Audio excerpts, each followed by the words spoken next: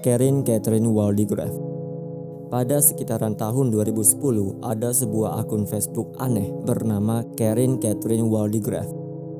Pada bagian profil menjelaskan Karin adalah perempuan remaja yang sedang menempuh pendidikan PhD. Karin adalah perempuan yang pintar. Ia mampu menguasai banyak bahasa dengan sangat fasih. Tapi yang menjadi masalahnya ada pada postingan di akun Karin. Biasanya, Karin akan memposting hal-hal cukup aneh. Misalnya, konspirasi agen intelijen pemerintahan, konspirasi bagaimana dunia ini dikendalikan, konspirasi masyarakat yang dijadikan ternak, sampai dengan konspirasi kelompok rahasia yang suka menculik seseorang untuk dijadikan santapan. Semua teori-teori ini akan diposting Karin selama berbulan-bulan tanpa henti. Ini baru permulaan. Bagian yang lebih aneh dari perilaku Karin, saat ia selesai memposting sesuatu, nantinya Karin akan menggunakan akunnya sendiri untuk saling berkomentar satu sama lain. Satu akun saling berbicara seperti ada orang lain yang mengomentari isi postingannya. Teori paling liar dari kejadian ini sempat dijelaskan, Karin adalah sosok manusia di dunia nyata yang mengalami masalah kesehatan mental. Lalu bagaimana dengan nasib Karin Catherine Waldegrave? Sayangnya 5 tahun kemudian, yaitu 2015, akun Karin Catherine Waldegrave dihapus secara permanen, sedangkan kondisi pemilik akun tidak diketahui apakah ia masih ada atau sudah tiada.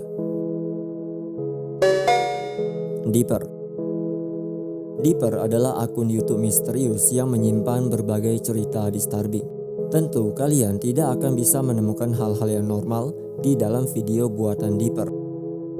Hampir semua video Deeper yang berjumlah sebanyak 41 buah berisikan lokasi-lokasi random, lalu video akan dilengkapi dengan suara disturbing, dan yang paling aneh adalah kode atau numerik acak yang disematkan pada setiap video Deeper.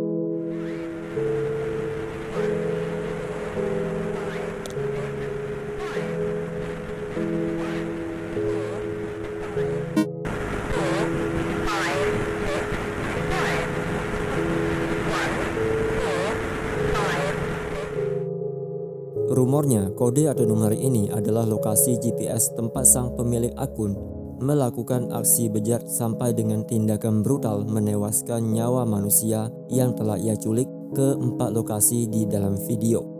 Sedangkan lokasi video 41 yang terakhir adalah lokasi keberadaan Deeper.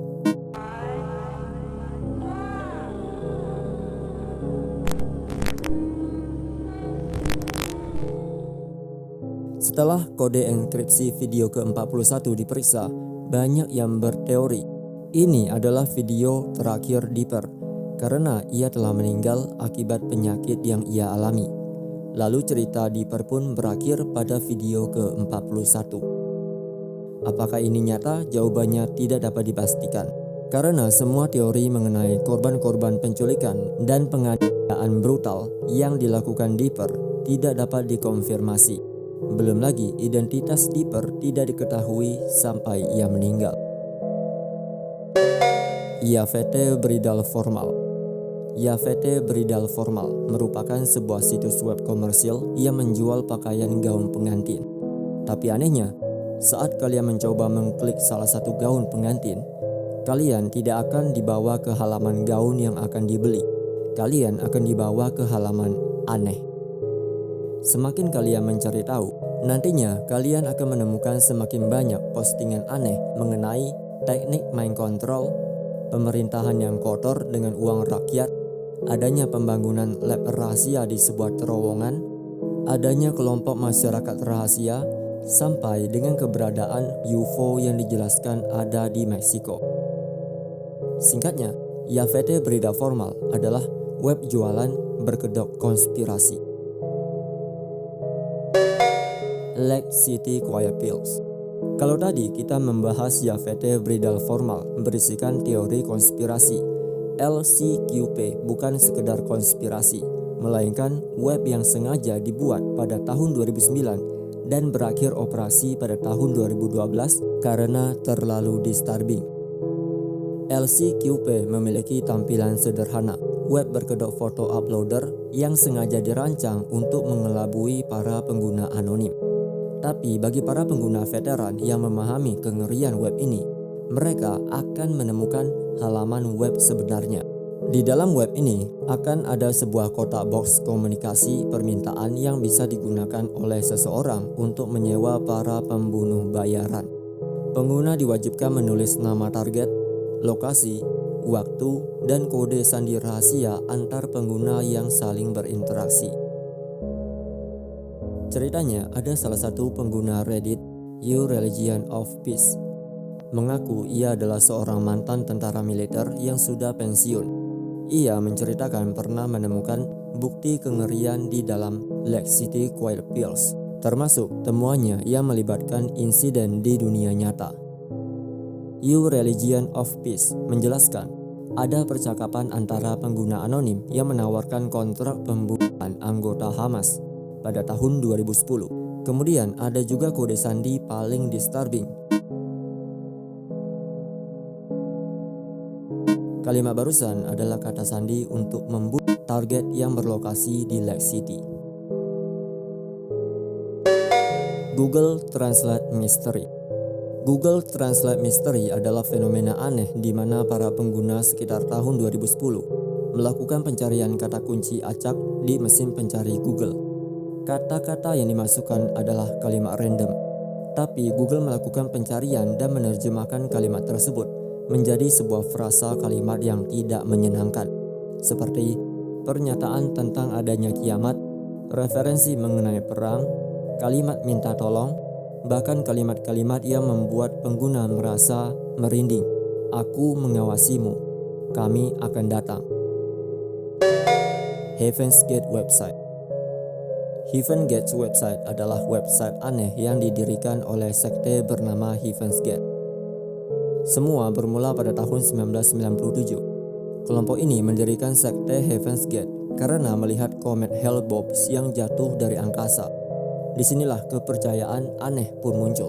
Pemimpin Heaven's Gate mengajarkan pada para jamaatnya, suatu saat bumi akan mengalami kehancuran total.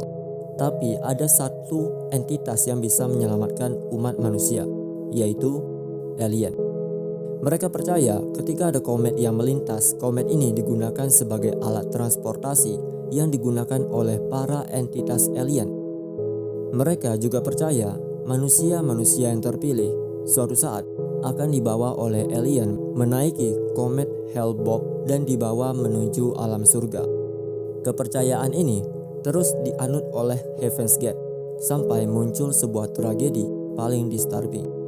Pada Maret 1997, kelompok Heaven's Gate melakukan pesta dengan menyediakan berbagai jenis makanan dan minuman anggur mahal. Tapi jangan salah sangka, semua minuman dan makanan telah diberi racun. Sampai pada akhirnya, kelompok ini melakukan aksi bundir secara massal di dalam ruangan rumah dengan mengkonsumsi racun mematikan. Tujuan dari aksi mengerikan ini, mereka sangat yakin supaya para alien dapat membawa manusia ke alam surga. Para alien ini tidak bisa membawa badan manusia secara fisik. Untuk itulah muncul sebuah ide bundir massal agar jiwa roh manusia mereka dapat terlepas dari badan fisik dan menunggu kedatangan alien menjemput jiwa mereka yang telah bebas.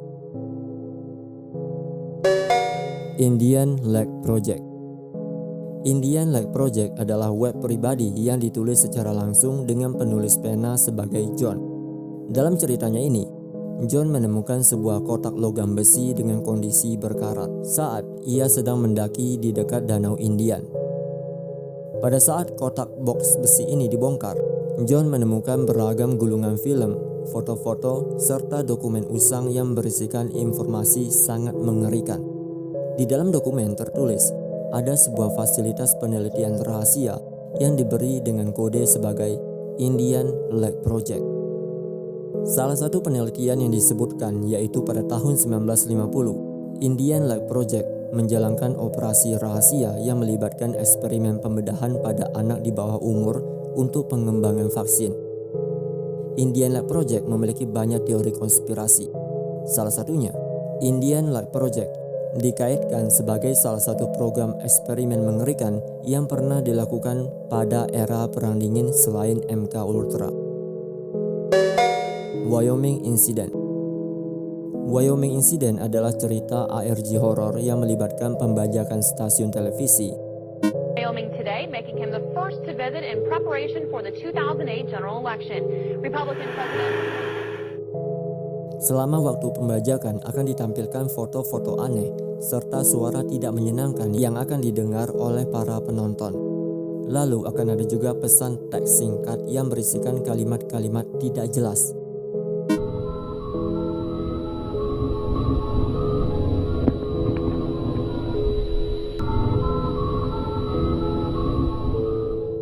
Apakah kejadian ini nyata? Tidak, Wyoming Incident hanyalah cerita ARG horor. Tapi walaupun begitu, isi di dalam video Wyoming Incident sangatlah disturbing. Oricef. Pada tahun 2018 muncul secara anonim puluhan akun Facebook dengan foto profil yang sama. Foto profil ini adalah Oricef. Oricef sering membagikan postingan pribadi, tapi postingan yang ia bagikan bukanlah postingan yang normal, melainkan postingan yang berisikan gambar-gambar gore sampai dengan postingan tidak masuk akal.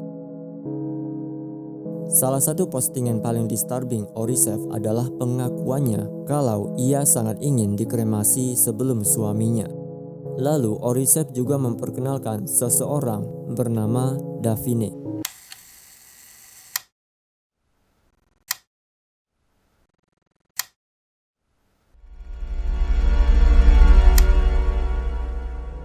Davine adalah sosok yang tidak normal. Ia berperilaku sangat aneh. Terkadang Davine suka melukai dirinya sendiri. Semenjak kemunculan Davine, cerita-cerita Oricef dipenuhi dengan hal-hal mistis dan kejadian-kejadian disturbing yang sangat tidak ingin kalian dengar. Ted the Cover. Ted the Cover menceritakan perjalanan pria penjelajah gua bernama Ted bersama temannya yang dipanggil dengan inisial B. Suatu hari, Ted dan B menemukan gua baru yang akan mereka eksplor.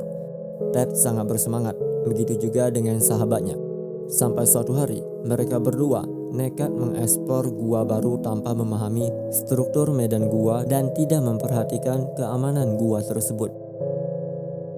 Di luar dugaan, gua ini memiliki struktur dinding yang kokoh, tapi sangat sempit. Anehnya, Ted tidak merasa takut. Ia merasa tertantang, bahkan menjelajah gua semakin dalam. Sampai pada akhirnya, Ted terjebak di terowongan gua yang sangat sempit. Cerita ini sebenarnya ditulis oleh Ted Hageman, yang kemudian mengkonfirmasi kalau ini adalah sebuah karya fiksi. Namun, pada saat dirilis, banyak sekali pembaca yang percaya kalau jurnal tersebut adalah kisah nyata. Tanasin. Tanasin merujuk pada sebuah jaringan situs web aneh yang berpusat pada halaman-halaman seperti tanasin2e.html. Berbeda dengan situs web konvensional yang memiliki menu atau navigasi yang jelas. Sebaliknya, Tanasin memiliki tampilan sebagai salah satu dokumen panjang yang terus-menerus bisa di-scroll ke bawah. Isinya dipenuhi dengan teks yang sangat padat dan rapat, simbol-simbol yang tidak biasa, layout bergaya ASCII yang rumit dan abstrak. Di sepanjang halaman tersebut terdapat hyperlink sederhana yang tersebar secara acak. Tautan-tautan ini biasanya disembunyikan di dalam atau di bawah blok teks tersebut. Tautan tersebut akan mengarahkan pengguna ke halaman Tanasin lainnya yang memiliki tata letak serupa dan konten yang sama anehnya dengan halaman awal. Tidak ada indeks, tidak ada penjelasan sama sekali mengenai bagaimana halaman-halaman tersebut bisa saling terhubung satu sama lain. Situs ini tidak memberikan instruksi, tidak menyajikan teka-teki atau puzzle yang harus dipecahkan, bahkan tidak memiliki tujuan akhir yang eksplisit bagi pengunjungnya. Sampai detik ini, web Tanasin masih belum dipecahkan. Apa tujuan dari pembuatan Tanasin? Kenapa Tanasin ditulis dalam bahasa kode enkripsi, padahal web bersifat publik?